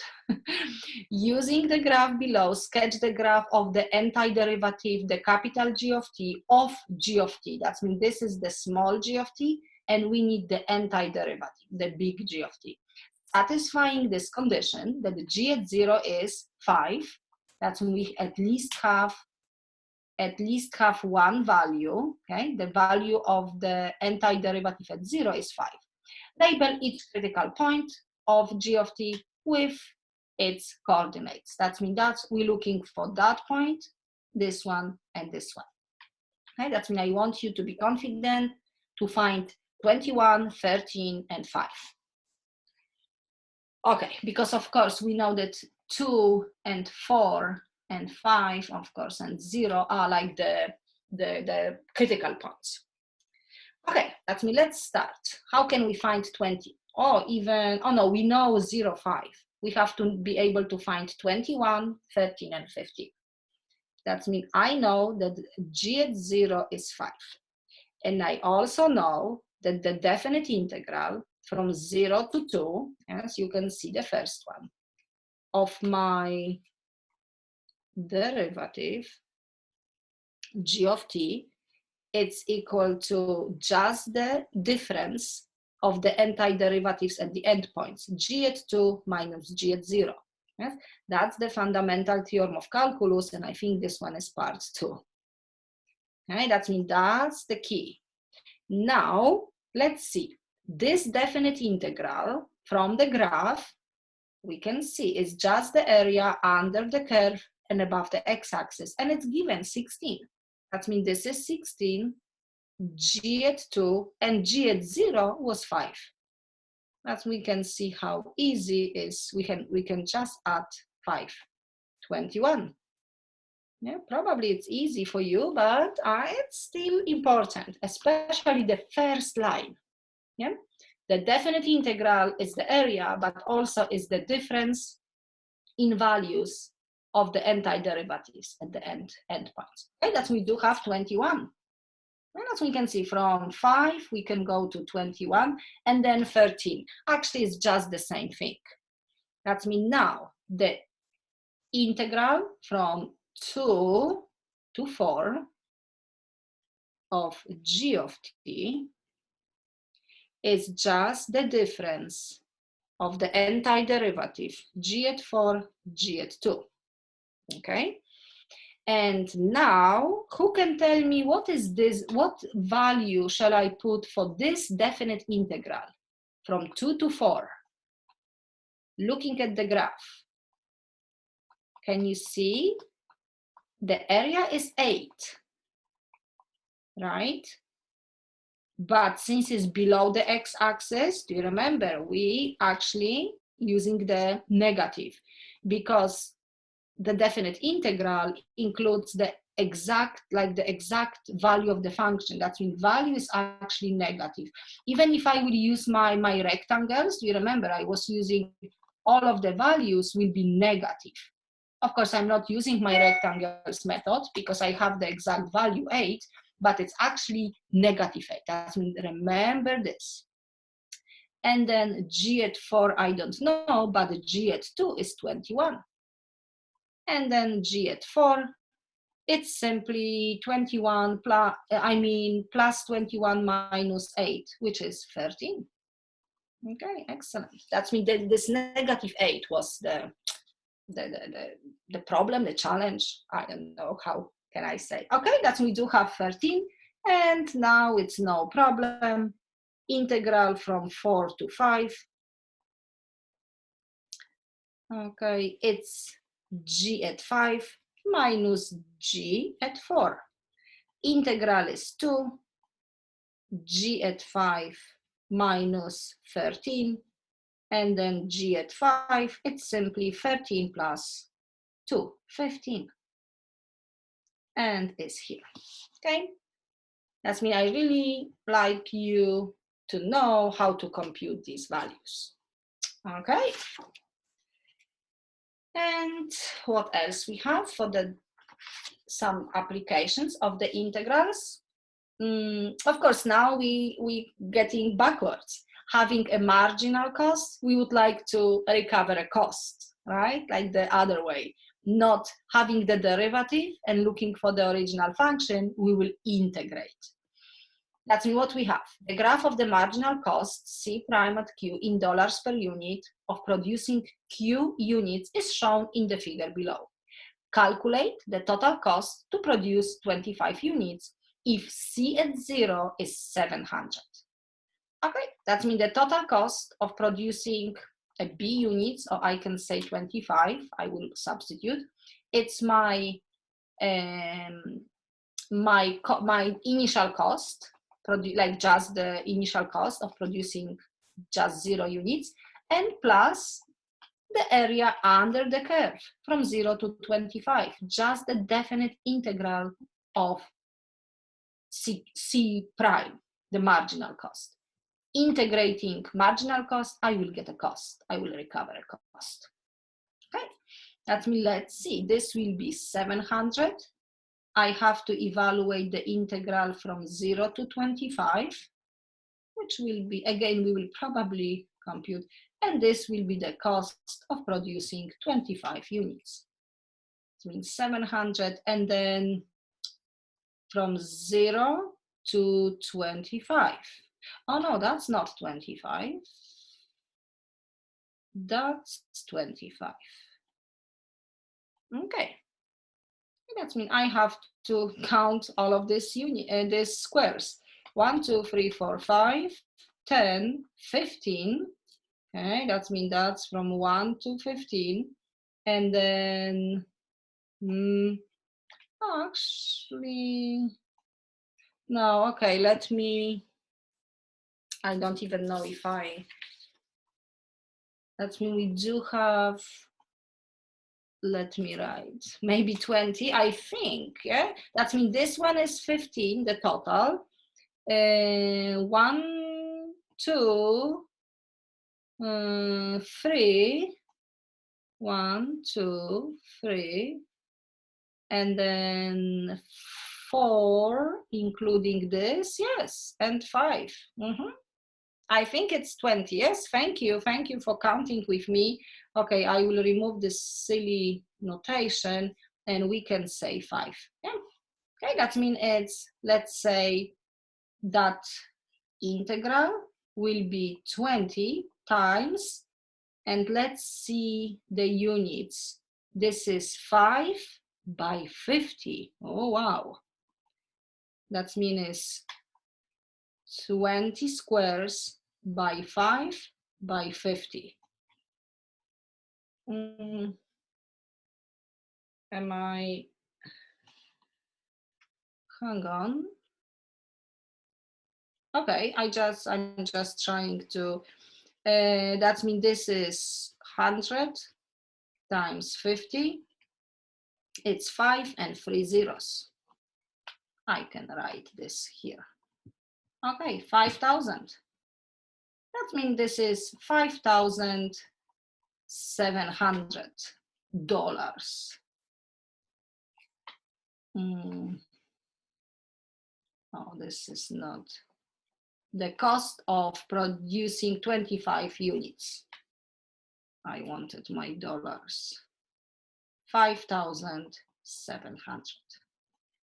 Okay, but we can see again the definite integral and the area under the curve. Okay, this is the same thing. You will calculate. Okay, and then what we have to know how to integrate. That means I'm sure when you will see some applications you can manage, but always the point is to integrate. That means I copy for you the important formulas.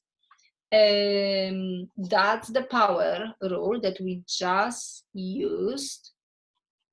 And then trigonometric function, that we make sure that you know the integral of sine of x, cosine of x.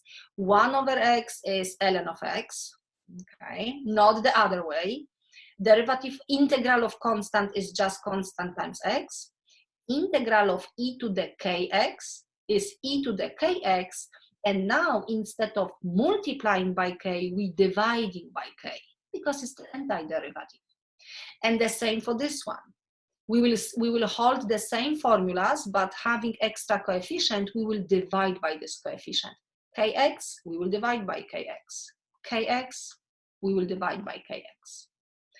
And then when we have addition or subtraction, we can simply integrate step by step, like function by function.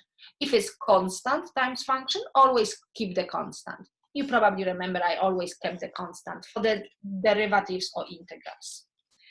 Okay, and then what I do have a list of few integrals, and I believe this will be the last thing I have.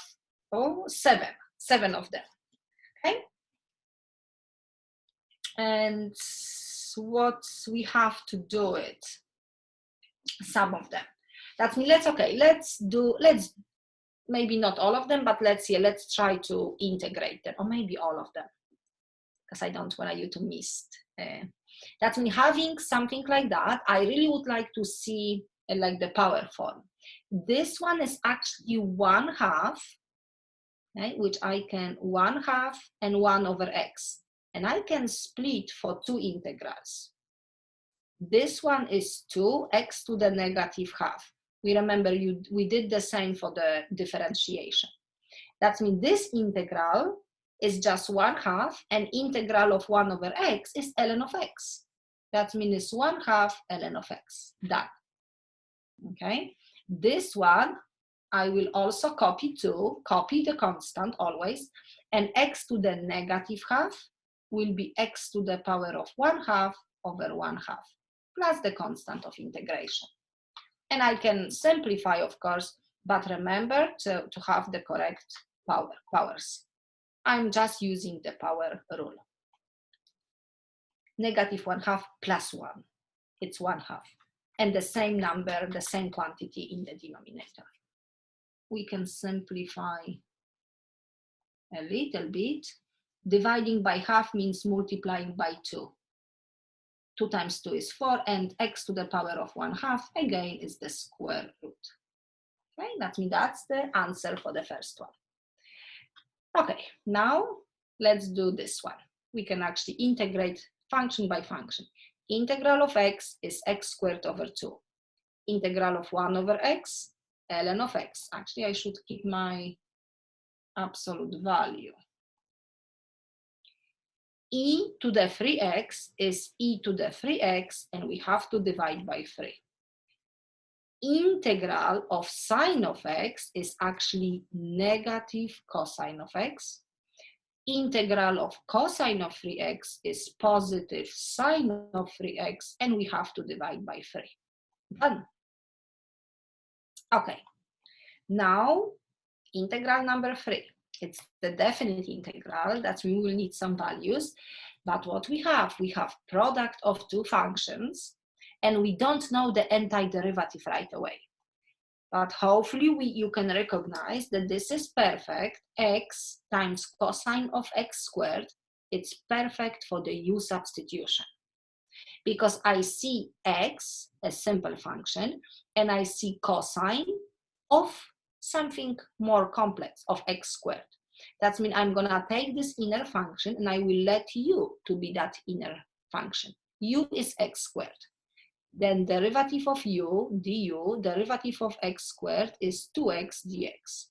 And I see in my integrand, I can rewrite cosine of x squared x dx. That means I see nicely x dx. But I don't have that too, so I will divide both sides by 2. I will have 1/2 du, it's x dx. That means this is my u substitution. Okay, and I can say this, okay, not too fast. Cosine of x squared, which x squared is u, and x dx, we can see x dx is 1/2 du. Let me put 1/2 in front, cosine of u. Now it's direct antiderivative. Integral of cosine of u is just sine of u. Okay, and I can substitute back x squared, because we have to substitute with whatever we had. We still have, I did skip this, but we still have a limit of integration from 0 to square root of pi. And we remember we have to substitute first upper limit. If I will square root of pi, I will have pi. If I will square 0, I will have 0. And we will provide for you that if we will ask you for the trigonometric values, we will provide for you. That means sin at pi is actually 0, and actually sin at 0 is 0. Oh, that's weird. Lots of calculation, and the final answer is 0.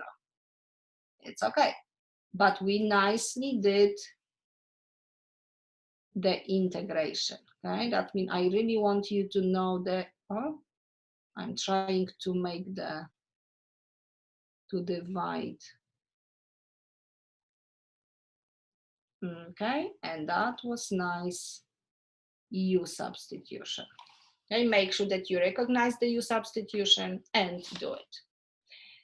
Okay, and now another one, ln of x over square root of x. That means this one is definitely good for the integration by parts, which actually I will add one more slide.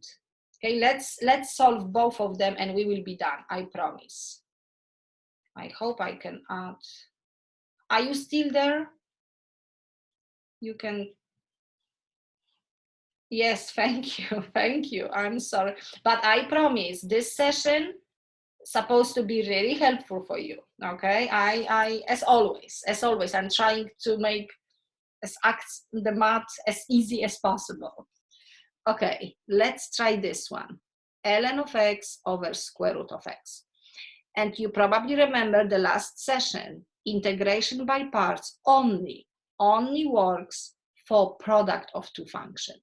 That means I shouldn't see, I should see ln of x, but I shouldn't see x to the power of 1/2. I should see x to the negative half because that's my two parts.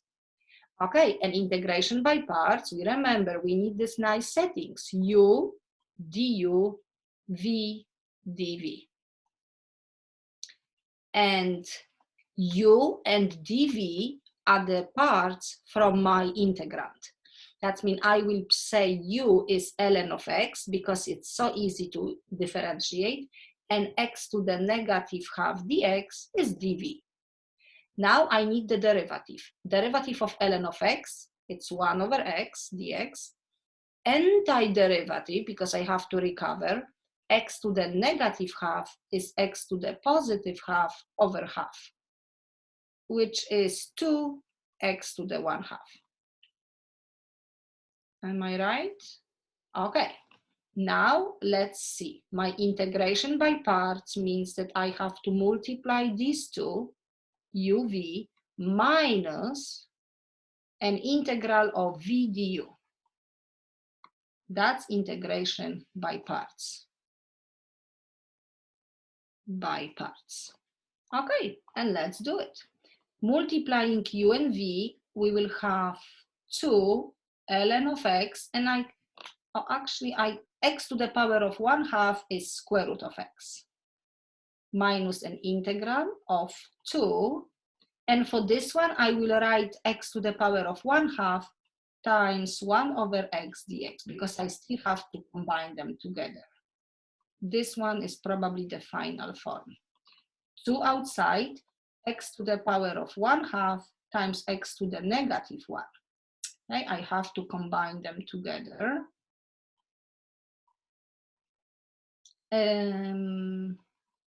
When I multiply x's together, I can add the exponents. That means 1/2 minus half, it's minus 1, it's negative half. Okay, that means one more integration, but it's easy. X to the power of negative half, which actually we did this, right? We remember sometimes we're doing the same exercise twice in one question. Integral of x to the negative half is x to the positive half over half.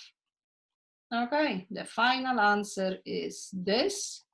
Dividing by half means multiplying by 2, 4, and x to the half is square root of x. Okay, but integration by parts, and the most important part, do not use square root of x. Use x to the negative half. Okay, and then x sine of x. X sine of x. Actually, that's integration by parts, but really easy. U du v dv, because I see right away that that's so easy function. I mean, nothing to its product. I can say x, u is x because I will differentiate, and sine of x dx is dv. And I have to differentiate, as I said. Derivative of x is 1 dx. Antiderivative for sine of x is negative cosine of x.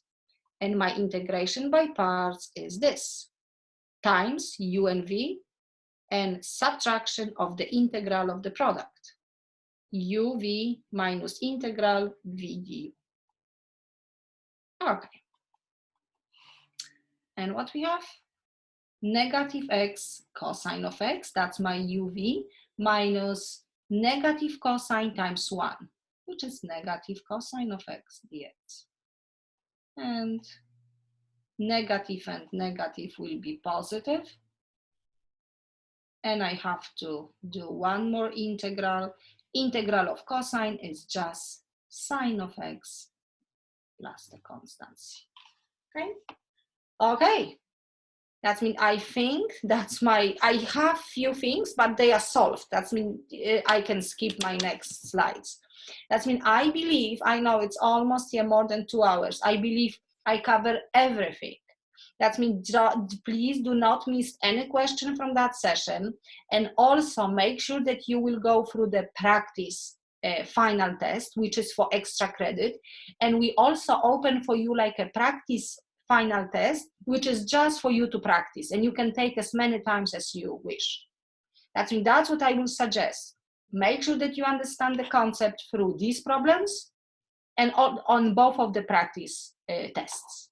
Okay? Yes, thank you, and thank you very much for being with me. Even if you were, I hope you were not sleeping.